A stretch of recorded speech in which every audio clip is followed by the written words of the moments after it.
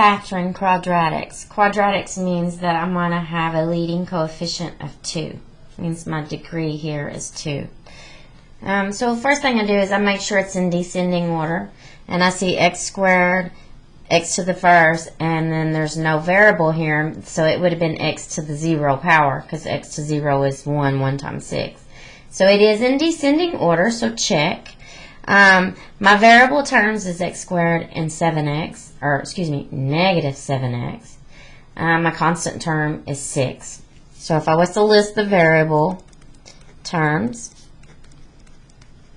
I have x squared and negative 7x. My constant term is 6. My leading coefficient is going to be whatever degree, or excuse me, whatever number is in front of my variable of the leading degree. So let's talk about that. Leading degree. If this is written in descending order, I can determine what's my leading degree, and the leading degree is 2. Because it's the power of 2. My leading coefficient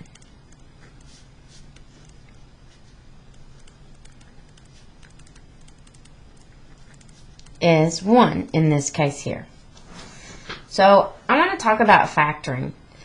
So if we're factoring a quadratic, it needs to be written as ax squared plus bx plus c. And these plus signs could be negatives. I mean, there is possibles of that. And as long as it's written in this format, where a, b, and c are my coefficients, x squared and x is my variables. So my variable term is ax squared and bx. My constant term is c. The coefficient a cannot equal 0 in order to have a quadratic, because if it equals 0, then I wouldn't have x squared, and I would just have bx plus c, which would be linear, right? Bx plus c is linear. So in order to have quadratic, we need the x squared. The rest doesn't have to be there, as long as that's there. If a is a negative number, you're going to factor the negative out. Okay? The sign on C determines to add or subtract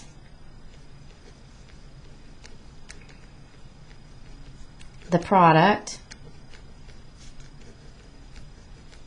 of A times C that will equal my B. This is the AC method. So let's use this example at the top to do that. Is it written in descending order? Yes. What is my GCF? Well, I see that I have a positive 1. If it was a negative 1, I'd factor negative 1 out. If it's a positive 1, so that means that the 7 and 6, 1 is the only number that will go out of all of them. So my GCF is 1. Next step. Next step says take A times C. Well, what is A? A is 1. C is 6. And we're going to multiply them together and it gives me a product of 6.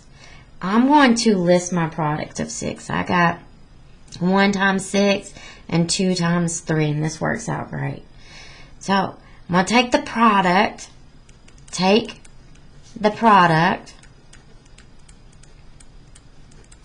of A times C, that what? Well, that adds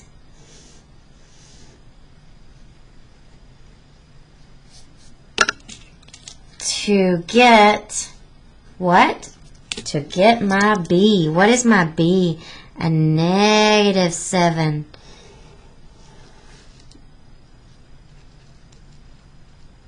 Okay, so we're going to bring down what does not change. What does not change is the first term and my last term.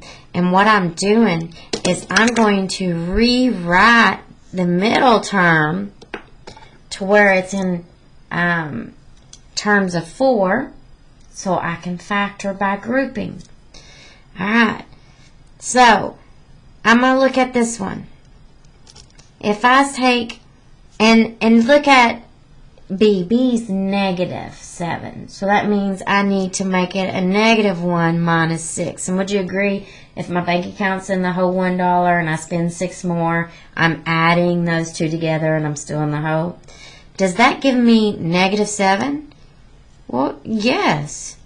So that's the terms I want to use. If it didn't, then I would try this next set. So I have negative 1, but I go back and look. That B also has an X on it, so I must put an X with that negative 1. Minus 6, and it has to have an X with it. Now, I'm going to rewrite this cleaned up just a little bit because we don't put a 1 in front of the variable as the coefficient because we know 1 times X is X. So let's just clean this up a little bit better. And would you agree, I did not change the original because negative X minus 6X gives me negative 7. So I have the equation, except for this is in a polynomial form. It has 4 terms. So let's use factoring by grouping. So I'm going to split this in half, and I'm going to just focus on these 2 terms here and worry about the next side here in a little bit. So what I see here is that I have x squared and negative x. So I can factor out an x, right? And if I factor out an x, it's the same as saying let's divide it by x, right? And the quotient rule says if I divide by like bases, I subtract the powers top minus bottom. So 2 minus 1 leaves me with x, right? So I got a negative x and a positive x. And we know when we divide negative by positive, we get negative. And I know x goes into x 1 time. So I've taken care of that side. So next, I'm going to grab this sign here. And it's going to be part of what I factor out. Because remember, I told you, if your first term has a negative sign on it, always factor it out. Well, since we're doing this in sections, this is my first term. We have to factor out the negative. Also look at to see what is my GCF over here. And I see that I got a 6 and I have a 6. So I can factor out the 6. This has an X, but that does not. So my GCF on this side is a negative 6. So when I factor it out, it's the same as saying let's divide each one by the negative 6. Negative divides negative becomes a positive. 6 goes into 6 1 time. 1 times x is x. Negative divide positive gives me a negative. 6 goes into 6 1 time. So good so far. We found the GCF over here, which was x. Found the GCF over here, which is negative 6. And now I have 2 terms. I have this monomial times a binomial minus a monomial times a binomial. This term minus this term. So now I'm going to look for its GCF. And its GCF here is x minus 1. Would you agree that parentheses matches that parentheses? So I'm going to factor it out. Well, when I factor it out, it's the same as saying divide by it, right? Right? I'm going to do this. And when I factor it out, what I'm left with, x minus 6. X minus 6. This is factored form.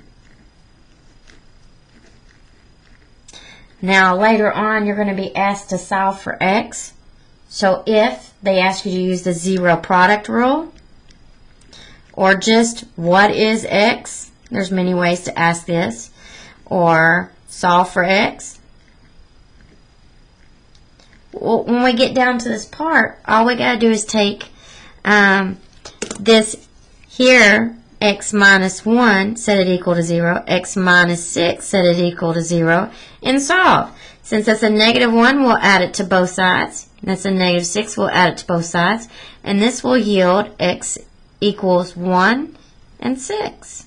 So this is if and only if you're asked to solve for x.